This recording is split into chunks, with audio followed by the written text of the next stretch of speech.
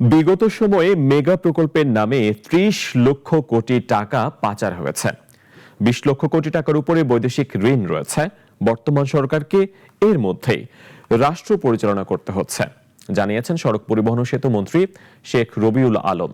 দুপুরে পদ্মা সেতু শরীয়তপুর জাজিরা প্রান্তে বৃক্ষরোপণ কর্মসূচি ও পদ্মা সেতু জাদুঘরের নির্মাণ কাজের ভিত্তিপ্রস্তর স্থাপন অনুষ্ঠান শেষে একথা জানান তিনি বলেন, ১৬টি মেগা প্রকল্পের অর্থ ব্যয় হলেও কাজ হয়নি, ঠিকাদাররা পালিয়ে গিয়েছে, শুরু করা যাচ্ছে না।